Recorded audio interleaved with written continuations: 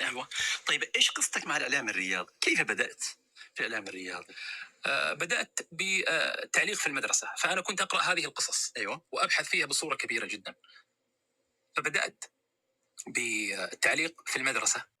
السلام عليكم أصحابي كسو دوادا وريسيغي قيمها بدنا قيبتيسي لباد أستاذ سنوار الذهبي وريسيغان وحا قادة أحمد فالو الدله وأنيقو أستاذ قافو أيا إذن ترجمايا قيبي هوري حدادن داون فضلا ديب يقول لابا جانالكا أو كسو داو قيب تاني وكحيسة بدنتا قيبي هوري كسو دوادا مركلت مركانا هاينو قدقلو أستاذ سنوار الذهبي سيدي أوريني مدى عيارها كو باللابي.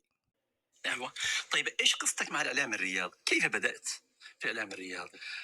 بدأت بتعليق في المدرسة، فأنا كنت أقرأ هذه القصص. أيوة. وأبحث فيها بصورة واضح كبيرة جدا، waa maxay qisadaada فبدأت wariyannimada sidee ku gaartay heerkan بتعليق في tabinta المدرسة. ciyaaraha dabcan waxaan ku bilaabay iskuulka waxaanan ahaa markaan yaraa nin jecel inuu tabiyo ciyaaraha waxaana aqri jiray majalooyinkaasaan kuusoo sheegay aabahay oo keeni jiray guriga waxaana raadi jiray oon baxsi jiray inaan helo qisaska ciyaaryahanada saa darteed waxaa isii jirtay inaan picture aad u qurux badan aan helo aan ku tabiyo ciyaaraha kadib markaan jaamacaddii bilaabay jaamacadda umuuraheeda waxay ahayd dhalinyaradii iyo asxaabtii iyo dadkii igu heerarsanaa waxay igu yidhaahdeen war ha isku daalin weriyanimada adigu ma helaysid waad ogtahay waddankan qatar aad ku nooshahay laba qanaad ayaa ka jira qanaadka dowladda iyo qanaadka jaziira jasiirakeedu waa dhib badan yahay mana helaysid ha isku daalin weriyanimada xirfad kala baro muddo kadib talooyinkii la siiyey waxay kusoo biyo shubatay inaan bilaabo dhinaca engineerinka oo aan barto engineerinka muddo markaan waday waa ii socon weeday oo waan iskeeni weynay aniga engineerinka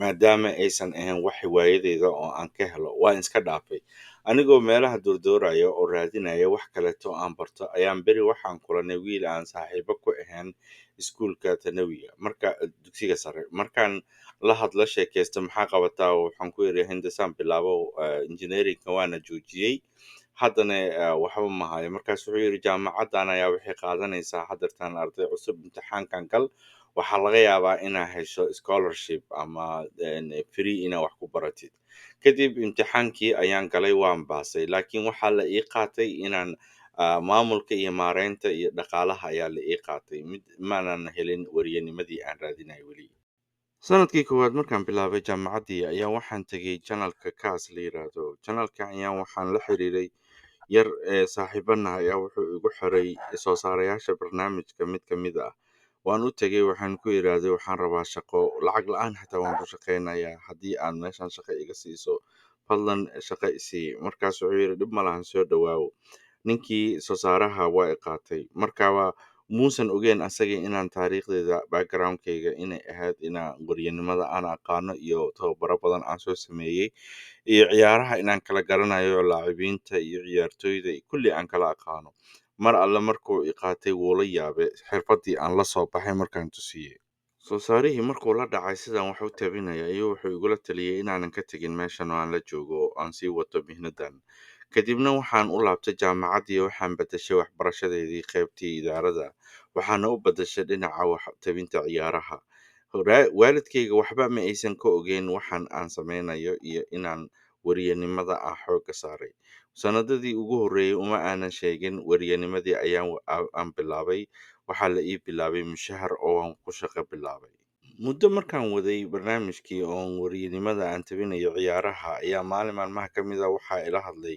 ustaad maajid oo ahaa soo saaraha barnaamijka ustaad maajid wuxuu igu yidhi maxaad ka rajaynaysaa mustaqbalka maadaama nin dhalinyara oo yar aad tahay markaas waxaan ku yidhi inaan hadda waxaan rabaa waryanimadan aan kusii socdo oo aan meelahan yaryarka ka tabiyo si aan hadhowti meelaha sarsare u gaaro jagooyinka sarsare haddii ilaahay ii suurageliyana 10 sano kadib aan noqdo weriye u shaqeeya idaacadda aljaziira hadalkaas markaan dhahay bil kadib ayaa aljaziira waxay furtay inay qaadanayso project oo ay ku qaadanayso weriyayaal cusub marka tartan ayay u dhigtay weriyayaal oo waxay tiri caalamka oo dhan kasoo qayb gala oo ay caalam al carab u bandhigtay caalam al carab waxaa kasoo qayb gashay tartankaasi 10,000 oo qofood anugu waan la socday laakiin kama aanan qayb gelin sababta waxay ahayd waxaan iska dhaadhiciyey inaanan u qalmin oo dad waaweyn ay meesha imaanayaan anigana aan ahay wiil yar oo weli aan u qalmin muddo yar kadib maruu barnaamijkii gabagabo ku socdo ayaa waxaa aan la kulmay wiil aan saaxiibo ahayn asagana uu ka qayb galay kuna najaxay kuna baasay tartankii. Wiilkii ayaa wuxuu igu yiri war haddaad ka qayb gali lahayd adiga waad ku baasi lahayd waan hubaa maxaad ugu qayb gali weysay tartanka. Markiiba tartankii wuu dhammaaday anigana waraaqadihii ayaan geystay xafiiska waxaa liigu yiri waa xirnay oo ma qaadanayno waraaqado kaleeto laakiin haddii nasiibkaaga uu noqdo dadka tartamayaasha haddii mid ka mid ah uu baaqdo ama ka baxo ayaan kugu daraynaa ee diyaar garow haddii lagu baahdo. Wuxuuna iigu bishaareeyey waraaqadahayga in la aqbalay oo aan la iga qaabilay laakiin la sugayo ilaa laga hela qof booska baneeya ama ka baxa. Muddo 2 beri ka bacdiya waa ila soo xiriireen waxayna ii sheegeen walaal ka mid ah Eritrean ah inuu Sacuudiga fiisaha uga dhacday uusan Sacuudiga ka soo bixi karin. Marka barnaamijkii asaga ka qayb geli lahaa booskiisii ayaa lagu geliyey. 2 beri ka bacdina waaye tartankaaga ee diyaar garow waxaana tahay qofka nambarka 4aad oo qaban doona ciyaaraha. Markii la ii sheegayo marka ciyaarta aad qaban doonto oo aad toos iyadoo hawada ku jirto aad tabi doonto waxaa liigu yiri waxaad qabanaysaa ciyaarta Barcelona iyo Osasuna.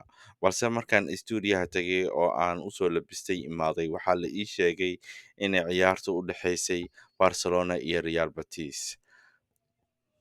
Ustaad Sinwara Dahabi oo la kaftamaya wariye Axmed ayaa sidan ku yiri. ايوه طبعا انت هذه الاسماء بالنسبه لك كانها اسماء من الفضاء. ما اي ما تفضحنا ما تفضحنا قدام الجمهور.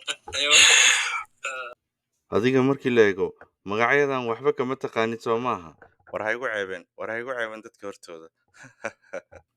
Markuu wariye yimaado oo uu talagalo inuu ciyaar tabiyo oo u yimaado ciyaartii ugu soo talagalay maaha ciyaar aan ahayn inuu tabiyo wuxuu la kulmayaa anfariir anigana sidoo kale balse waxay ii noqotay inaan imtixaanka laygu adkeynayo oo kale waana ka soo baxay oo nuqdo ziyaado ayaa la i siiyey maadaama aan ciyaar aanan ku talagelin ama aanan usoo diyaar garoobin la ii gudbiyey oo aan soo tabiyey sida tahayna aan u tabiyey. Sidaa darteed waxaa la dhahay waa najaxday ciyaarihii kale ku xigana waa najaxay kadibna waxaana la yiri 20 qof ayaa la qaadanayaa tartamo kale ayaan galnay 10 la qaadanaya haddana la soo dhajiyey mar kale haddana 5 la qaadanayaa akhiirankii waxaa la dhahay 3 ayaa la qaadanayaa nasiib wanaag alxamdulillaah aniga waxaan ku jiray 3dii la qaatay oo waan barmoosay sidaabay Aljazeera nagu qaadatay. ايوه انا واخواني مضر اليوسف من سوريا وعادل خله من الجزائر واكرمنا الله باني توظفت الجزيره الرياضيه مباشره. الحب اللي كان بعد 10 سنوات اللي كنت عايش بعد 10 سنوات اصبحت موظف. انا اعلنت انه انا خلاص حولت التخصص للاهل هذا. يا الحمد لله إلهي wuxuu igu niminaystay inaan noqdo wariye Aljazeera u shaqeeya aniga oo rajeynaya marka hore 10 sano kadib inaan ka shaqo bilaabo ayaa hadda waxaa noqday shaqaalaha tooska ee wariyeyaasha ku jira idaacadda Aljazeera. Kadibna waalidkii ayaan la wadaagay xaaladeydii iyona sheegay inaan jaamacaddii ka haray oo igu ogaayeen engineerinka oo haddana aan barto wariyenimada marka waalidkaygana waa iga aqbaleen alxamdulilah. Muddo yar kadib waxaana loo bilaabay tababarkii wariyeyaasha Aljazeera loo qaban jiray tababarka waxaa noo furay wariyeyaasha waxaa noo furay madaxa Aljazeera markaas ahaa Nasser bin Ghamam Al Khalfi ninka hadda u ah Paris Saint-Germain madaxweynaha ayaa noo furay waxaana lagu yiraahday 6 bilood ayuu tababarka soconayaa laakiin aniga muddo bil kadib waxaa la yiraahday diyaar ayaa tahay waxaana lagu dhiibayaa ciyaaro live ayaad u tabi doontaa ee diyaar garow.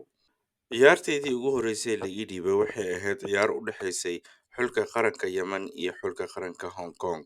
Hong Kong waxay leeyihiin ciyaaryahano magacyadooda isku wada eg yihiin oo magacyada dadka Chinese-ka ama Asian-ka ah. Anigu waxaan la hadlay madaxii waxaan ku yiri waa igu adagtahay magacyadan marka asoo ila kaftamaya wuxuu yiri yaa kala yaqaan adigaba haddaad kala garaweysay dadka kale miyaa ku dhaama marka adigu tabi ciyaarta meeshan 22 magac ayaa ku yaala marna 10kan u gadi marna 10kan kale u gadi warkana waa dhamaado ciyaartina waa sidii ayaan ku tabiyey oo aan ku dhameeyey cidna igama aysan garanin inaanan magacyadan ka wada saxin. wariye Sinwara Dahabi mar uu ka sheekeynayay waxyaabihii la yaabka lahaa ee ka soo maray tabinta ciyaaraha ayaa yiri sidan. احترامي يعني الاعداد ابدع في المعلومه. شوف انا كنت اعلق مباراه السد القطري الهلال السعودي كانت من اجل مباريات ربع نهائي كاس اسيا وهذه المباراه وعلقت عليها وجاء الهدف الأول، لكن مخرج المباراة ابتدع حاجة جديدة جدا، بأنه بعد مرور وقت طويل جدا جاب إعادة الهدف. Dhacdooyinka la yaabka leh ee ciyaaraha ka dhaca aad bay u badan yihiin. Anigu waxa i soo martay mar ciyaar aan tabinayay oo u dhexaysay Sadal Qatari iyo Hilaal Sacuudi ayaa waxaa dhacday filim qaadihii soo gudbinaya ciyaarta ayaa wuxuu ku soo celiyay gool mar hore dhashay laakiin kaamirad ka duwan kaamirooyinkii dhinac kale angal kale ayuu naga tusiyey. Aniguna waxaan u qaatay isla ciyaaryahankii inuu gool labaad dhaliyay. Markaa waan sidii ciyaartii inay gool hadda dhashay oo kaleta ayaan u tabiyey. Mar aan muddo waday tabintii ayaa waxaan ka war helay inay goolka ku celis ahaa. Haddana waxaan la yaabay oo kaleeto ciyaaryahankii goolkii labaad dhaliyay oo kii koowaadna dhaliyay ayaa dhaawacan oo hadda garoonka laga bixinaya aan sii arkayaa. Ma ninkii inuu dabaaldega laga sugayay miyaa hadda dhaawacmay ayaan niyadda ka leeyahay. Mar dambe ayaan ogaaday inay ahayd gool la dhaliyay. Kadibna waxaan dadkii ugu sheekeeyey si qurux badan oo ay ka heleen goolkii horeba sida naloo tusiyey sidaan baaba ka qurux badane sidaan muxuu noo tusi waayey kaamiromaankii baan dhahay. Halkan ayaa ku joojinaynaa waraysigii qiimaha badnaa ee lala yeeshay Ustaad Sinwara Dahabi. Waraysigan waxaa qaadayay Axmed Falwudullah, wariyaha caanka ee barnaamijka Athiir iyo Xikaayaat al Afriqiya. Waxaana idiin turjumaya anigoo ah Ustaad Gaafow. Waraysiga ku xiga wuxuu ku saabsanaa doonaa sidii uu ku bilaabay barnaamijkii Al Cimraan ee bini'aadanimada. Haddii aadan daawan qaybihii hore, fadlan dib u soo daawo oo dhinacan kale ka daawo. Haddii aad ka mid tahayna, fadlan qaybaha hoose nagula wadaag fikradaada iyo waxa lagu soo kordhi karo barnaamijka. Aad baa u mahadsantihiin intaan barnaamijkan kiisa kale gaari doono. Sidaa iyo nabadgelyo.